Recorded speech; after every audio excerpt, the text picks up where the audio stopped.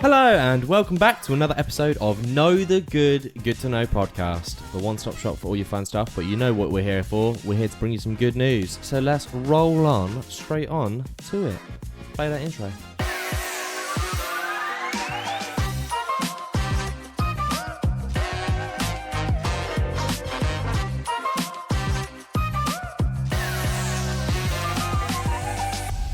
Hello. Another week. Another bunch 16. of good news stuff. How's it going? It's going alright. Boring, really, to be honest with you. Yeah. I need a nice little pick me up. So I can't remember. I'm trying to think what I did throughout the last week. Absolutely. I don't think I did nothing. I didn't have a car boot at the weekend. How'd you go on? That's alright. Got heat stroke. Nice. It's kind of what happens when you stand out for like 4 hours in the sun without any sun cream or a hat on. No, absolutely nothing. Although I did see some interesting stuff. The poor guy across from us was selling scooters and skateboards. Pretty cool looking guy. I reckon you would have got on with him. He was selling comic books and. Did you check any Pokemon cards? I told you to check. No, Pokemon cards. I didn't. I was trying to get rid of stuff. Always that opportunity where you could see somebody selling something which could be worth potentially a couple of pennies. Yeah, I mean there was a lot of stuff, but we were selling things. We weren't buying stuff. But anyway, a family walked over to him, and I do feel sometimes. Yes, you go to a car boot for a nice little something really cheap. Yes. But they walked over to him, and they go, "How much are your skateboards?" He goes, £6. Like the penny boards, so they're worth quite a bit of money. Okay. He goes, I'll sell them for £6. How much for your scooter? He goes, I'll sell it for £8. But if you buy them both, I'll do a deal. And they go, would you do £10 for both? And he goes, that's not the deal I was expecting. I'd say £14 for both. Is it £40 for both? Yeah. Yeah. So he said I'd do them for like £12 both, and they turned their nose up at him at that extra £2 and just walked away. I was like, but you have to be like that. Because £2 a lot of money. £2. £2 a lot of money at a car boot. For a skateboard and a scooter. This scooter had like off-roading wheels and all sorts. It was pretty... Yeah, but this is a car boot scooter. I know, but it's worth way more than what you're selling it for. But either way. I get it. I think you have to be... That's one thing I'm never too good at. The old haggling at car boot. I love it. I live for that kind of stuff. Live for that kind of stuff. Like, tenner. I'm like... Love talking to people. £8. Like, nah, tenner. I'm like... £8.50. Nah, tenner. I'm like... I ain't going to give it tenner. Right, so we should jump straight into it. Considering you literally just pointed at me and went, nah, you do your good stories now. I'm doing it to you. Hit us with a good story. Should we tell them that we're doing a back-to-back here? I mean, okay, they don't know. Yeah, we should. We should definitely. They don't know. So it's going to be like 2 shorter episodes. So why are we doing it back-to-back? Because I'm going on hollybollies. Going on hollybobs next week. So we are currently in studio and we're going to do a back-to-back episode. They're not going to get released back-to-back, so we're really sorry for that. Why are you sorry for that? Because they might assume that we're going to do like dropping 2 in a week. Ooh. We're definitely not dropping 2 in a week. No, but I need to talk to you about something actually. Okay, go on. About potential... Right now or afterwards? I mean, we can do it now if you want. We can do it right now. That's when it around. Potential guest. What? A guest? We would have to record on a Tuesday. Okay. So we'd have to, that's right. have to have a chat about it. I reckon, yeah, we can switch up. Funny Jack. He definitely wants to come on. Yes, he's down to see his mum because they're going away. So he said, he's around these dates. Okay. I get back on the 20, whatever it is, and he's around like the day after. So... I get aches, so we've got to find something. Or are you happy to share microphones like you can do a duet I think singing? He's got a microphone. Oh, for real? Okay, yeah. fair. We just want to make sure to plug in all that sort of stuff. But yeah, okay, cool. We'll figure it out. Yeah, all right. Yeah, so if he's available, then we'll make it happen. Yeah, I'm game. He's I suppose comedy is a good aspect of positive news. So he'll bring some good news. He loves stuff like this. Good news, some laughs. I'll tell him to bring a story. Actually make the podcast funny, what I'm saying. No, I do. That's my job. I'll tell him that. I'll tell him that as well. That was the best joke. Don't take my job. The best joke you've ever told. So I'm going in for my funny story, my good news story. Funny story is my stuff. Go on. So my good news story is about a D-Day hero who got over 200 cars to celebrate. Why are you looking at me like that? I don't know. I was just looking at you differently. Oh. Cars or cards? Cards. Oh. Let me get to it. Okay. D-Day hero gets over 200 cars to celebrate his 100th birthday. Whoa. Okay. Cool. Did he get a letter from the Queen? Oh, King. Wow. Too soon. Not too soon. No. R.I.P. Lizzie. I've lost my track. Already. What were we saying? 100. I was going to ask you a question. We're literally 4 minutes in. 100. Would you like to do the 100? No. Nah, I think I don't know if we've had this chat with you or not, but yeah. What do you think is a good age for you? Actually, saying that, last week you were talking about 100-year-olds that were doing marathons and shit. So if you're still able-bodied and you're not in any aches or pains, yeah, I think I'd have to. See, I always said I'm only bloody 33, but when I was growing up, I was like, I'll be happy if I live to 80. Yeah. But now I look at my granddad who's 80 plus and he's still going on like cruises, holidays, gardening. Living life. I'm like, living it up. maybe I could stretch out to probably 90. Ooh. I think I'd be happy to go because that way Rupert will be older. Yeah, he'll have a family, so he won't be like, it won't be too sad. Like, okay, my dad died at 90. Yeah. Do you know what I mean? It's yeah, true. Going on. The one thing I would be worried about most of all, which is what my mom worries about at the moment as well, is being a burden on someone. The one thing I wouldn't want to do is if you get to that stage in life where you're like, you cannot do a thing. Yeah. And it's like... Yeah. Put me in a home. That's fine. Yeah. Oh, I was listening to something and I was hearing about it, about homes, and it was a sort of a positive thing about them, which was there's now a thing that people are trying to do in homes to... So if a lot of homes out there, you get told what you're doing, you get told what you're eating, you get told everything pretty much, and then you lose your own ability to think basically. Yeah, okay, and then enough, they found out that massively reduces people or increases people's risk of things like dementia, and it basically just ends your life a hell of a lot quicker. They found out that if they give people the choice and if they also give them a plant to look after, which is a really weird aspect of it. But it's a sense of responsibility. Yeah, exactly. They found that people's, what's it called? I was about to say style of life, but no.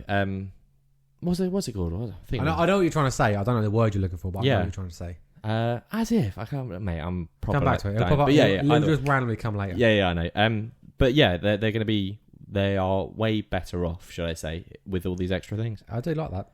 But so yeah, I suppose am I going to live to 100? Yes, as long as I have my own choices, I guess. But I guess my mind, and I'm not like decrepit. Losing my mind is my biggest.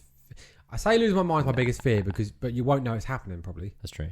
Like somebody who's got dementia. Yeah, that's scary. Do they know they've got dementia? I'd say that's scarier than death. I reckon. What, losing your mind? Yeah, because you're still unaware of what you're going on. And that's more of a burden on you, I guess, on your family. Yeah, exactly. I don't know. Unless you're cool. I don't know. This might be a bit controversial. Unless it's cool dementia, in which case you sort of grow dementia. Yeah, you grow old disgracefully, and you just start doing the most outrageous shit to people and not giving. I think that generation of people have gone. You reckon? Yeah. Well, old people that would have. Because you look at like your nans and that, they're like filterless generation, right? True. They'd say anything. Yeah, that's true. Whereas the generation now is like snowflake, so. Yeah, can you imagine snowflake old people? It's gonna be. That's exactly what's going to be a generation, mate. That's not going to be a generation to look forward to. Speaking of that non-filtered generation, my brother swore in front of my nan. She still slapped him. She's really, she's like that's the balance, like right? Yeah, because they don't like the respect aspect of it. Yeah, but they have no filter themselves. But the best thing is she likes to say that she's not that able-bodied and she can't get up, and mum and dad said that she's never seen him move so fast, and she literally got up and whacked him straight on the head. He deserved it. Did a little swear in front of the nan. So the D-Day veteran who defended landing troops D-Day veteran who defeated landing troops from Nazi fighter planes has received more than 200 cards from well wishers for his 100th birthday. That's pretty badass. It is. John Dennant, who lives near Liverpool in England obviously, was surprised by a haul of the 217 cards and letters sent to him from across the country to mark this special occasion. Oh.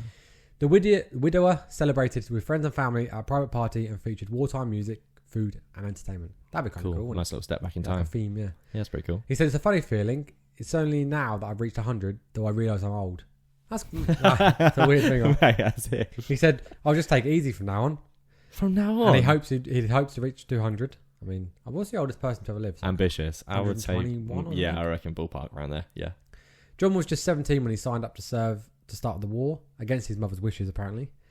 He was an apprentice bricklayer at the time. After concealing his age, he managed to join the Royal Navy in 1941 and went on to train in the US abroad, the Queen Elizabeth.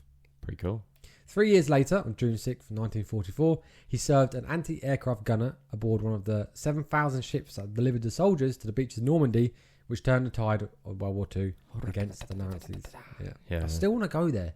I keep saying this to Alice, and she knows Normandy? That. Yeah, like all along that coast. I think I've been there. I think I went there. I don't want to go there. I mean, I could literally drive there. You literally can. Yeah. There's nothing stopping you from doing there. Just go on your own. I've got an electric car. It'll take ages now. Actually, you won't get there. You won't get. No, you'll get stuck halfway through. John also took part in a major Allied landing during the Second World War. Both in North Africa and Italy. So he's literally everywhere. Serious missions, Cool. yeah. Yeah, he's in some work. And this summer, he returned to France to mark the 80th anniversary of D-Day, where he met the king and paid his respects to the fallen. Well, that's... He must be one of the last OGs. D-Day. Yeah, like, I bet. Survivors. No, I wrote there might be a couple of them. Do you know what really makes me sad, right? The idea of that we're moving... I know they'll always be remembered, but the idea of moving away from that generation who were involved in that because they're getting to that age now of the hundreds. Yeah. Because I mean, if he enlisted at 17, slowly dying there's off, not going to be many that are younger than him. No. I'm sure people enlisted at 15, 16 and got away with it. But still, that's only 2 years away, yeah. But yeah, exactly. And they probably... So he must be like literally last handful of people. Oh, yeah, definitely. I mean, I suppose a lot of them would have died before him as well, like at younger ages before they reach 100 sort of thing. He said that he also met the king and the queen again, and that they're on first name terms now. Lad. How cool would that be? What a legend. But he said he enjoyed his time out there on that visit so much, and the memories will remain with him for the rest of his life. It must be very moving for him to go back out there. Yeah, definitely. I can't comprehend. Do you reckon it'd be PTSD or would it be a more case of... Do you know... I don't think so, not at this point. I suppose, yeah, true. I don't think it would be like that. I think it'd be...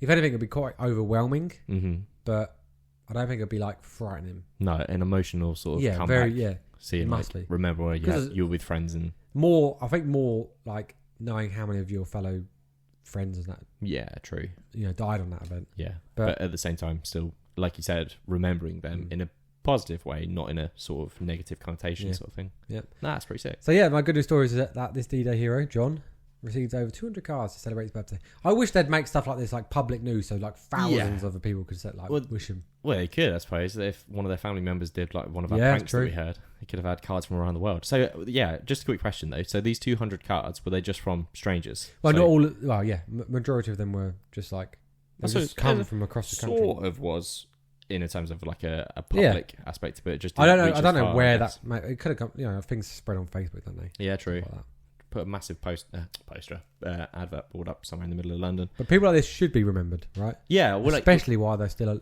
around. Oh, definitely. Tell the tales. I would love to have a chat with somebody like that. I bet it'd be so good. Stories would be unreal, right? If they can remember him. Sure, I reckon. Nah, joking. I bet he remembers. It's so good just to sit down and have like a cup of tea with him, just like let him speak. Well, that's the thing. Literally let him speak. Yeah, it's mad. Like you'd probably learn so much stuff, and you'd probably feel way better for it. Like hearing some of the crazy things that he's done in his life. Because I like listening to, I mean, not just combat stories, but like prison stories, and like I just love sitting there and listening to people go through their story because it makes you realise how much of a sheltered life you've lived. Oh yeah, when people talk hands about down. Yeah, like we went to Auschwitz last year, 2 years ago. Yeah. Can't remember when it was now, but literally, obviously it's Auschwitz. Auschwitz being what it is. If you don't know, you must have been living. You must know. You must have lived on a rock. You must know. But actually seeing it and looking at some of the stories and seeing some of the... Did it have a weird aura about it? It was weird because, I mean, I'm unaware at the best of times and I was walking around just looking at the buildings and that sort of stuff, which is what I personally get interested in, certain things. But actually seeing some of the stuff that's there, it's mad, mate. Absolutely Was there mad. a lot of graffiti? No. Okay, good. I don't think there was a single bit of graffiti. Okay, good. Which really I can pisses imagine. me off because you go to a lot of places which are like have been part of a really historic event. Mm-hmm. Yeah. Maybe like a war. Yeah. And people just graffitied all over it. And that really fucking pisses me off. Yeah. People scratching Why their names. Oh, yeah, scratching their okay, names. Actually, that yes. pisses me off Okay, as well. yeah, then I did. Why? In the bunks sort of bit where all the like really bad beds were, people scratching their initials. Why in it. though? Because they're idiots. They don't realise. I just don't understand. What benefit does that do to you having your name on that? It doesn't, especially in Auschwitz. Why the fuck would you put your initials in Auschwitz? You fucking idiots. But yeah, people just like no respect. Anyway, back to positivity. Positive. We're here to we're here to smile. Yeah, just to cap it off. Happy 100th birthday. It was like 2 or 3 weeks ago. I think his actual birthday was. Happy belated 100th birthday. Yeah. What's the name? John Dennett. Legend. Badass is what he is. He is a badass. So, my story, peeps, is a fun little good news story for you this week. And yes, once again, it involves dogs. I think that marks 3 consecutive weeks where... I suppose not consecutive weeks, but 3 weeks where I have... Doggy related. Where four-legged friends... They've stolen the spotlight. You grew up with dogs, right? Just one dog. Oh, you had just one dog? Just one dog. All right. It was weird because I was going through photos on memory cards and a couple of old pictures popped up of him when he was a puppy. It was really, really adorable and really emotional. But I went to the vets today. Okay. What, for beans or... Nah, pancakes. Because It's just a vaccine. Getting another snaggletooth. Just a vaccine. And I saw our friend Logan there with his dog. Oh, yeah. What's going on? His dog basically had like an ingrown nail or something. Okay. And they went to a different vet who like just cut it down. Yeah. But then it's regrown at a really weird angle and causing her discomfort. Oh. So she can't walk on her legs. So I took her to a different vet, which is the one I went to. Get the whole thing removed. And they've just like removed everything. Yeah. But she was really happy. Spirit, the dog. Charity. She was really, really. Yeah, she is. She's always been a happy dog. There was a dog getting put down at the same time. And that was like you sad. keep bringing it down. I know. I'm so sorry. We're here for fun. So, like I said, who doesn't love a good dog story, right? Everybody loves a good dog story. So this week, it's all about a clever new rewilding scheme in the UK. So where we are using dogs to help nature bounce back. The concept is simple but genius. Dogs are being fitted with especially designed leaky backpacks packed full of wildflower seeds. So they've been fitted. Well, they haven't been fitted. Leaky backpacks. So little saddlebags. Yeah, basically. So they're little saddlebags that go on their backs. Once these backpacks are loaded up, the dogs are let loose in urban nature reserves to do what they do best: run around. That is like fucking maniacs. A very clever idea. I know. I don't know why no one's ever thought of this. So the first trial took place outside of East Sussex. So if any of you listeners are from that area, you might notice an influx of wildflower seeds and a lot of dog hair. I think we spoke about this before. Mm-hmm. Like a lot of our surrounding villages where we live, they've let like the side of the roads grow. Yes. Yeah. And they have little signs saying like, "Why is the grass long?" And it just says like, okay, for the bees and stuff like that. I thought you just talking about wildflowers, but no, they cut really close to the actual curb. Yeah. Like literally like a one lawnmower strip wide. Yeah. And then the rest of it back is all just overgrown. That's pretty dope. I like it. I like the fact that they just... And then obviously the wildflowers as well in some of the towns that you like the entrances. Down the road, yeah. Yeah. I really like it. Yeah, it's a good idea, really. It is a really good idea. It makes everywhere look way better. Yeah. Like, if you just saw grass on its own, boring as fuck. If you see loads of flowers and wild stuff... I don't know why you need to cut the verges. You don't. You really don't. I suppose visibility, I guess, maybe around corners and shit, but other from that is the only reason why you shouldn't... Well, you should be doing it, should I say. So, back to the old doggy stories. The idea behind this scheme is pretty cool. It was inspired by the ecological role of that wolves played back in the 18th century. So apparently wolves used to unwittingly collect seeds on their fur, and as they were roaming around the countryside, planted them without even thinking about it. So as they're walking around in the little packs, trudging them into the dirt. So basically, these dogs have become modern wolves of the flower world. It's pretty cool. Similar idea was tried in Chile back in 2019, where a couple of sisters living in the area that was devastated by deforestation, they strapped saddlebags filled with tree seeds, and then just let their Labradors completely loose and reseeded all the tree species in that area, and apparently it worked really well. So back to the UK version. This project is being run by Railway Land Wildlife Trust and the Wildlife Rewilding Platform. Yeah, okay, yeah, that does make sense. Dylan Walker, great name, the project manager and ecologist, who happens to be a dog walker as well, mentioned how dogs often get a bad rep because, I mean, it shouldn't be the dogs that get the bad rep. It should be the dog walkers that get the bad rep because owners, should I say? Yeah, because mainly it's to do with dog poo being left everywhere. Especially just kick it into the brush and it's fertilizer, I suppose. So I'm thrilled, or he's thrilled, should I say, to give the dogs and the owners a chance to be a hero for once by creating a future thriving nature reserve. It's already a massive hit, so people have started spotting seedling sprouts up, and to be honest, how could it not be a success? You've got dogs. It's pretty easy, really. You've got flowers. It's a pretty easy concept. It is, massively. You've got adorable little backpacks, so what's not to love? But yeah, so it's working pretty... I would love to... When we get a dog, I'm 100% going to do this. And... Where just like random farmers. No, I just thought you should do it for your cats. It'd be well funny if you had little backpacks for your cats. Although saying that, I know we've been watching this really weird videos, or a bunch of really weird videos where people have been attaching cameras to their cats' collars. Okay, yeah. And just watching their cats do their things. I've seen this before, so I watched a program about this ages ago about cats, and it showed what they do. They just literally go around a perimeter. Yeah. They're like same thing. Specific area sort of thing. Yeah, no, I was just watching these videos, but I thought if you put a backpack on a cat, 100% it's going to get stuck. Yeah, it would, yeah. Just hear meow somewhere. A fun little fact that I stumbled upon. So dogs run or walk about 4 times more than their owners on an average walk. 4 times. Yeah, that's probably. I see that because they run back and they run back to you. Yes, but and then they trot along and they stop and then you like wait there and they come back and yeah, true. Especially if you're like you're throwing just a ball walking, and stuff as well. Exactly. Yeah. There's also because of the crikey. There's also much more. Are you right? No. They are also much more random, so that's why this scheme actually works, because they are the perfect little gardeners. They're just going anywhere and everywhere. Literally everywhere and anywhere. So wherever these seeds basically need to go, they are going.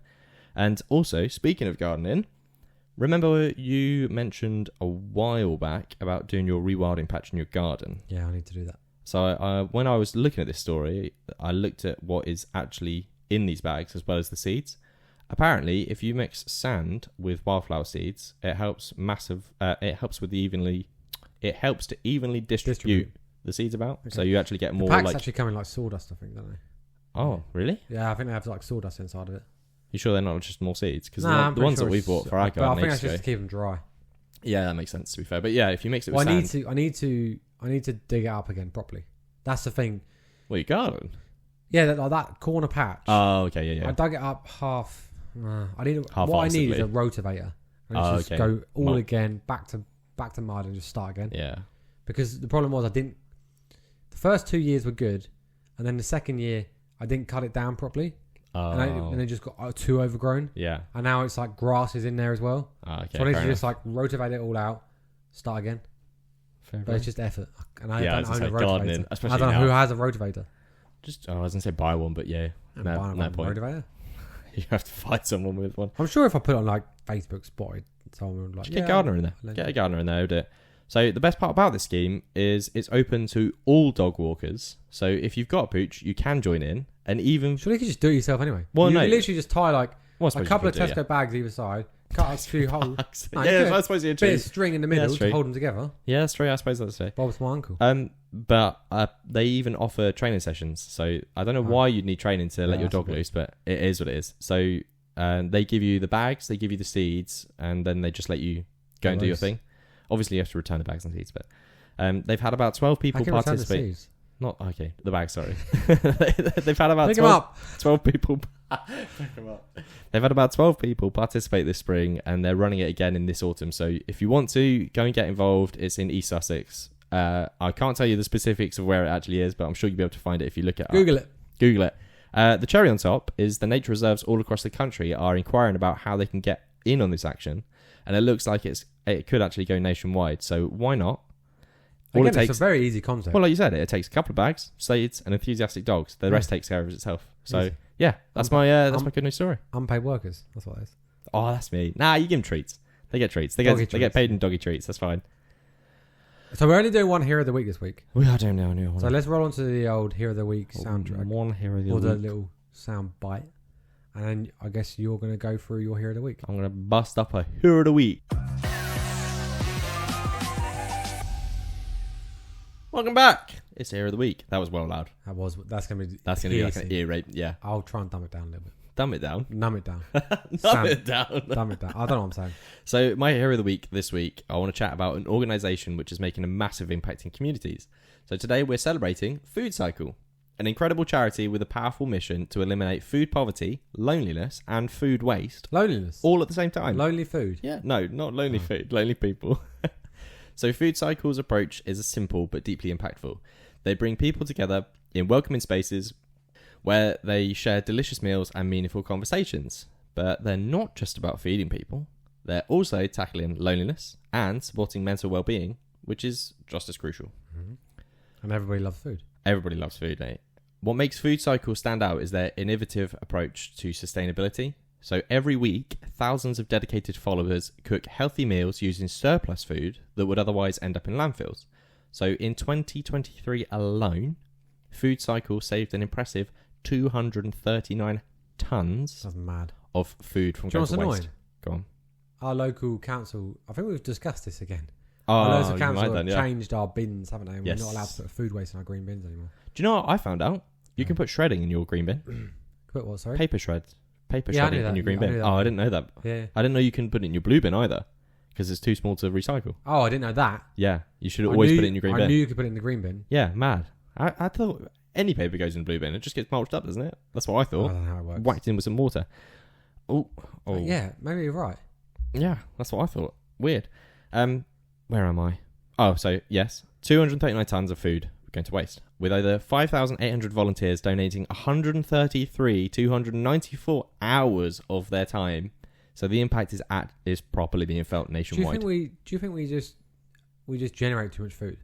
I would say so. Yes. Do you not think like it's a wider problem? Like maybe we should manage the amount of food goes on the shelves. Yeah, but it's hard to regulate that, is it? Because obviously no one goes shopping. I mean, yes, you go shopping in routine, but you're not going to buy the same stuff every time. So no one really knows how much, unless you get it really fucking boring, where people buy exactly the same food all the time. You won't be able to regulate it. I get it, but you just see a lot of things on the shelves that have probably been there for a while. Well, I'm about to piss you off. So Okay. I know. I've seen this food waste stuff firsthand. So when I worked at a supermarket, there used to be the damages section. Co-op. Yeah. Well, I wasn't going to name drop, but okay, I guess we are. Co-op, yeah. I suppose they all do it, to be fair. It's always full. Like the damages section was always full when I worked there. Damaged section, yeah. So like a carton or tin that's been dented. Yeah. So something as simple as a hole in a multi-bag of Walker's crisps, like the big bags, meant that it couldn't be sold. No. It got cleared every single... Did you take any of it home? You're not allowed to. Yeah, but I know. Well, to. I mean, I'm going to drop myself. I'm going to drop myself in it. Carl can come hunt me down and find me. But we used to open, like, if there was a pack of Haribo that was a bit busted up, we'd open it and then just leave it on the shelf. And every time you walk past it, you'd nab a little sweet. Just drop it. Oh no, it's busted out. Oh, it's falling. Oh no, yeah. We never used to damage things on purpose. I mean, there's a few times where things would get absolutely smashed up in the warehouse, but that's mainly because someone's trying to like get a crate of soup from the top shelf and just drop the whole thing. But yeah, so. Someone needs to open a shop called like the Odd Bod shop, where it's just like dented bits and bobs, dented stuff, and half packs. I think there is something along those. I mean, I know there's a scheme where you can order food that, or it's called like the ugly food thing. Oh, yeah, like potato, vegetables. Like carrots are a bit fucked up and all that sort of stuff. So they should do it for packaged items that have been dented, or like you said, like there's 5 packs and a 6 multi-pack crisp because they might falling out. They might do. Who knows? I mean, if not, that's a great scheme. That's what I've already copyrighted. Yeah. What's it called? Odd Bod. That's what I'm going to call it. Odd Bod. The Odd Bod shop. Odd Bod shop. I like it. Mum used to.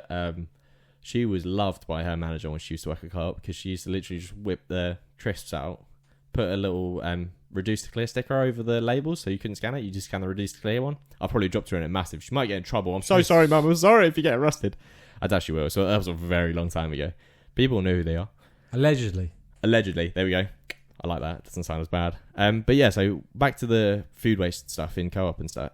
When it gets cleared every month and literally just gets put straight in a bin. Oh, so bad. They must have wasted. It's good to know, right? Go on. Because when you become homeless, yeah, straight to a supermarket bin. It's true though, isn't it? It's true. Yeah, I always think about stuff like this. I think I've told this story before. Again, I'm sorry if I repeat myself, but when in our village there was a one-stop, and one summer the air conditioning broke and all the chocolate was thrown out because it was melting. Yeah. And they put like 4 bin bags worth in the skip at the back. Mate. Well, somebody found out about this. Take it home, freeze it. We went and got it all. Did you actually? There was, well, not me personally, but my group of friends. Legend. We took 4 bin bags of chocolate down the park.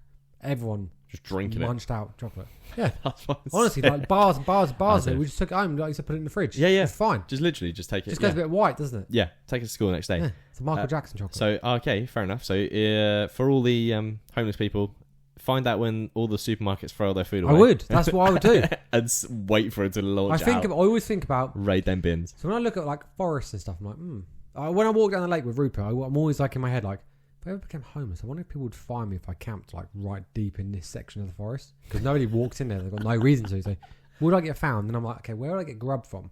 And then like that's what I think. Yeah, I suppose that's maybe smart. Tesco throw food out. Maybe I could raid Most there. supermarkets do, yeah. The back of the other shop. They all do it. Yeah. So these guys saved 239 tons worth of food waste. So obviously a lot of it's getting thrown out. Like I was talking about it. I don't even know what I said there. What the fuck was that? I don't know. Like I was talking about it. This scheme is working. So 92% of the food cycle guests have reported feeling happier after attending one of their meals. So like I said, they're doing their good bit for food waste and they're also doing it for loneliness.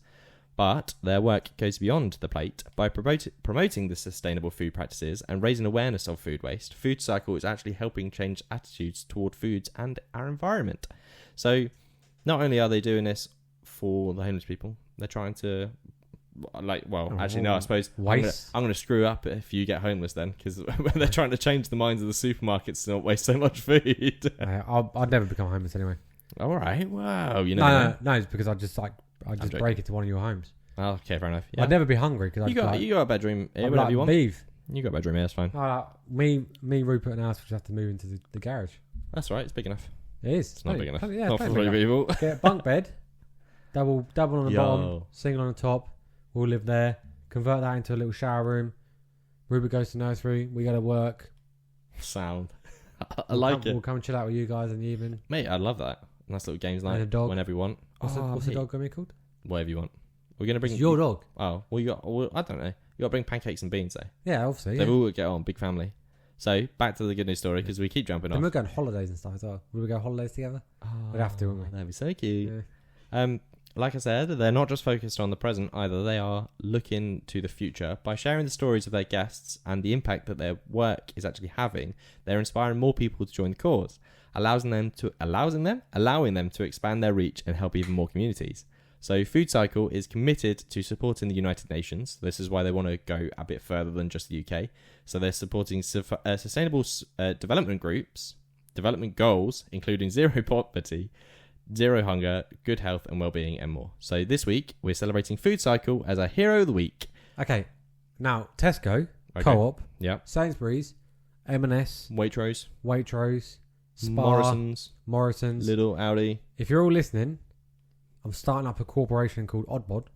Now, if you want to throw out any of your food because it's missing stuff, give it to me and then I promise I'll donate 80% of my profits to charities. That's so wholesome of you. You're so good. So that's my Hero of the Week. Hang on. Proving that with a bit of passion. Mr. Tesco's just ringing me. Well, hello, Mr. Tesco's. Oddbod, yeah. Mr. Tesco's. I don't know. That's his name. Hello, Mr. Tesco. Well, I'm getting a call from Mr. Sainsbury's. He doesn't want to do it. He don't want to do it. Nah, a bit of a douchebag. Want him anyway. So proving that a bit of passion, dedication and a lot of heart, we can tackle some of the biggest challenges facing our communities. If you're inspired by their mission, consider getting involved, whether volunteering or simply just spreading the word. Your support can help Food Cycle continue and connect, nourish and uplift more people across the world. Thank you, Food Cycle, for being a true hero and making the world a better place. I love reading your script. Thanks for reading that last little section. Do you want to just read my entire segment? What's this? This is the your funny story. No, because I want it to be what do you call it? Wow. I want it to be authentic, like you telling me the joke, like the facts. Okay. It needs to be real. Okay, fair enough. In the moment. Yeah. So it's my time to shine now. It's your time to shine. Wow. That's good to know. That's so loud. That was a terrible wow. It's so loud as well. So, where are we? Okay. Get to the funny bits. So we are born with only 2 innate fears, right? What? While it may seem you're... What? 2 innate fears? 2 innate.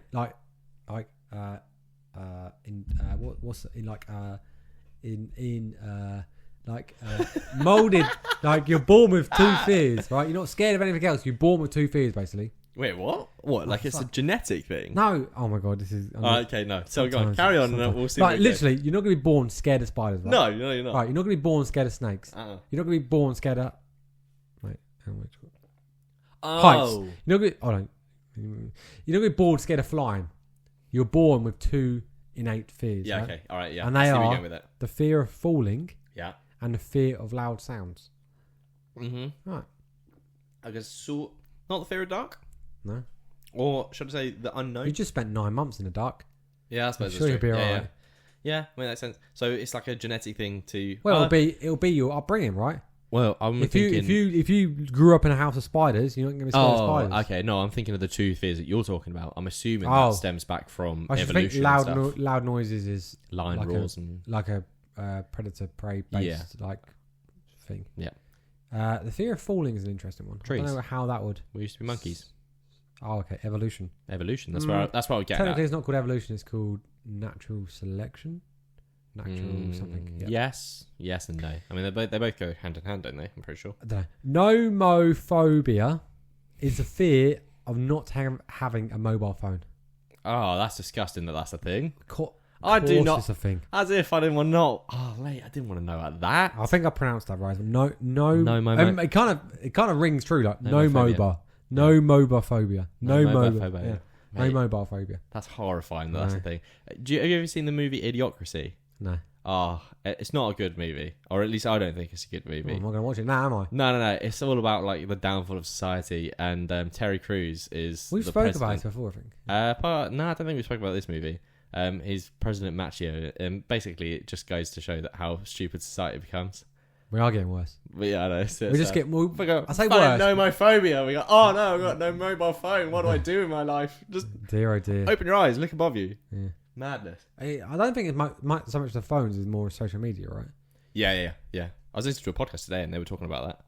There was one guy who he said he left his phone at home and he left and he found that his day was so much better the fact that he didn't look at his phone.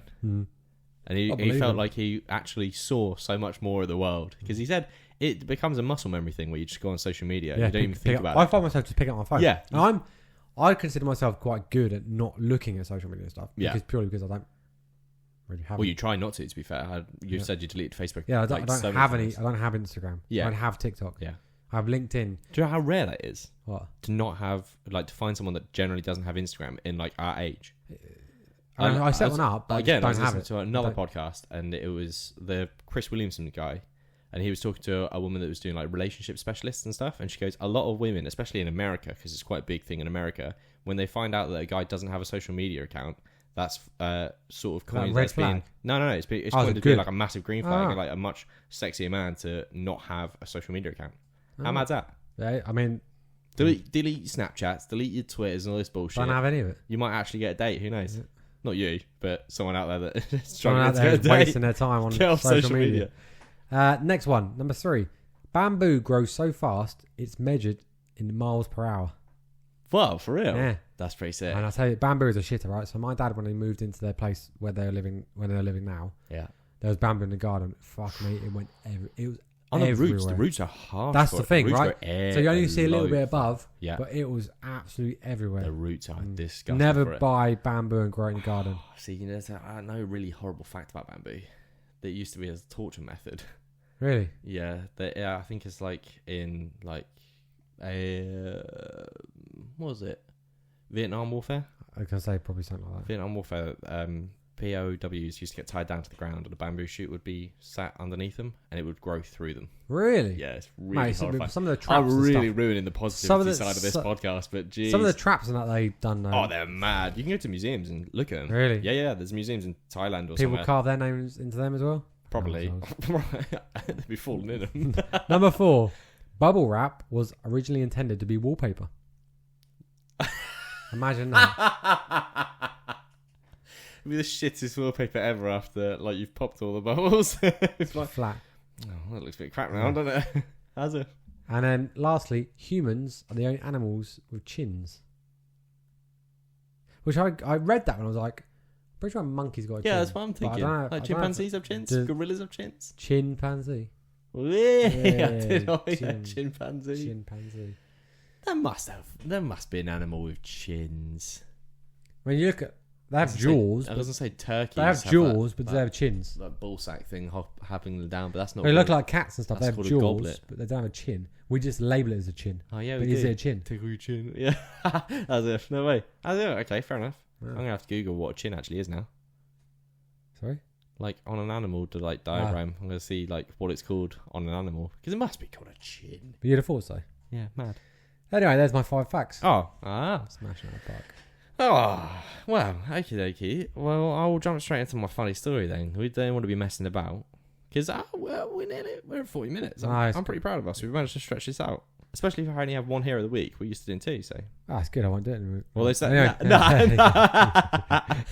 saying that, we did do an hour-long episode last week, so. Remember the guy that I talked about back in episode whenever it was, about his basement aquarium? I do remember this guy, yeah. Well, I've got another quirky little story for you, including fish. So picture this, a couple of folks in New York City roasting in the summer heat stumble upon a small puddle created by a fire hydrant in the pit of a tree. So do you know what I mean when I say pit of a tree? The bottom of the tree. The fire hydrant usually next to them, aren't they? They have like little, the trees and like New York and stuff have like little squares around. Yes, that bit. Yeah, so the dirt basically. Yeah. That's where I was. As any logical New Yorker thought, hey, why not let's turn this into an aquarium. What, the pit of the tree? The pit of the tree. So the water that's created a puddle, they can turn it into an aquarium. So after shoring up the edges of the puddle with bricks and stones, they went off and bought 100 common goldfish from their local pet store. How big was this thing? I don't know. These must have been tiny goldfish, or this puddle must have been huge. The whole thing quickly turned into an impromptu art exhibit. Of course it did. Art exhibit, should I say. So photos popping up all over Instagram, literally after we just ranted about having social medias. But here's where it gets interesting. Animal rights advocates swooped in during the middle of the night for a covert fish rescue, armed with the tiny poxy little nets that you used to get in your fish tank. You know those little plastic ones? Yeah. And some plastic bags. They've performed what can only be described as a goldfish heist. What the real story is, they're funfair owners and they've just won for their funfair. They've just funded their entire store for the next few months. They've just got, oh mate, kids are going to love these. The whole... Well, I just said that. They're banning them in the UK, I think. I think they banned them ages ago, didn't they? Nah, it's still a thing. You can still win a goldfish? I think so. Mate, as if. You shouldn't be able to. Gutted. I can just imagine the scene. Two people scooping up fish on the sidewalk, dead of night. Must look like a crackhead's nightmare. Or crackhead's dream. I don't think New York... No, that's Las Vegas, the city that doesn't sleep, is it? Yeah. But all cities are always busy. All cities are busy. The time. Yeah, all cities are busy all the time. You ain't getting away with nothing, are you? Nah, you went... So people would call the pavement. They called it the pavement experiment. This is what it was being coined as, or the neighborhood enrichment project. So it had a positive connotation about it. The people were thinking it was a good thing. But let's be real. These fish probably had a much better life in this puddle than they would if they were in a goldfish bowl. Sorry, little kids. You know that none of that Nemo squishy stuff. Oh, I'm so sorry. The amount of times you go, the listeners aren't going to see that shit, so why do you put it in? So I don't put a picture in for you this time. Apparently, an actor was also spotted taking snaps of it, but no one is actually saying who it is. So I'll leave it up to the internet sleuths to scour the social media and figure out who the mystery celebrity might be. Email us. If you find out, oh my god, yeah, email us, please. Go on, please, email someone. I'm so happy to see an email pop up. I'll be like, oh my god, it's happened. Or DM us on social medias. By the way, just let us know. I want to find out who it is. So. Oh, we're done. That is you just ended that so promptly. That is us for another week. Thank you all for listening. If you have found us and enjoy listening, share us with your friends and family. We want to get this good news as far and wide as possible. So like, subscribe, and follow. It all helps this tiny little podcast grow. I'm going to say, I'm going to put it out there. We want to be at least minimum. Number 1,000. Oh, I was going to say top 100. Oh. I'm so much more ambitious than what you... At least 1,000. We have like 20 listeners. Oh, we're happy with 1,000 in the world. I did see the podcast statistics and it said something. We've had like 15, 16 listeners on our last episode that dropped last week, Monday. Spotify, this week, Monday. Spotify, yeah. But only like 4 on YouTube. Yeah, but again, we say this every time. YouTube is difficult because obviously no one wants to go on YouTube to listen to audio. Yeah, but they go on YouTube to listen to video. I listen to podcasts. Yeah, but again, it's people doing video podcasts, so they're going to get tons of views. So yeah, leave us a review if we make you happy, and if we don't make you happy and you don't like it, what's up with you? It's good news. Good news. It's good news. You can also go onto our... Oh, I've lost it. You can see some of our posts on the things we've talked about on Instagram and TikTok at KTGGTKpod. Get some news for the eyes as well as the ears. You probably read that bit, didn't you? It's really small. Get some good news in those eyes, as well as... Because I've been slaving away. I've been making posts. You make some amazing posts. Mate, I spent so much time making them yesterday. Although TikTok, I noticed there was a few which were 1,000. Spikes? Yeah, that was 700 and something. Hashtags. That's... Sorry, I'm just... Gosh, just dying. Oh my God. Yeah. There's something stuck in my throat. And if you're particularly... Oh my God, I'm just spat everywhere as well. If you're feeling particularly happy, then please, like we said, email us a story. I'm going to read it out nice and slowly for everybody to listen, if there's anybody still here. ktggttkpod@outlook.com. That is ktggttkpod@outlook.com. Send us an email, please. Thank you. Should we just leave it there? We'll just leave it there. Stay positive. Stay positive. Bye. Oh, wait, hold on. If you want What? another episode of Know the Good to Know, it's coming out on Monday. Bye. Bye.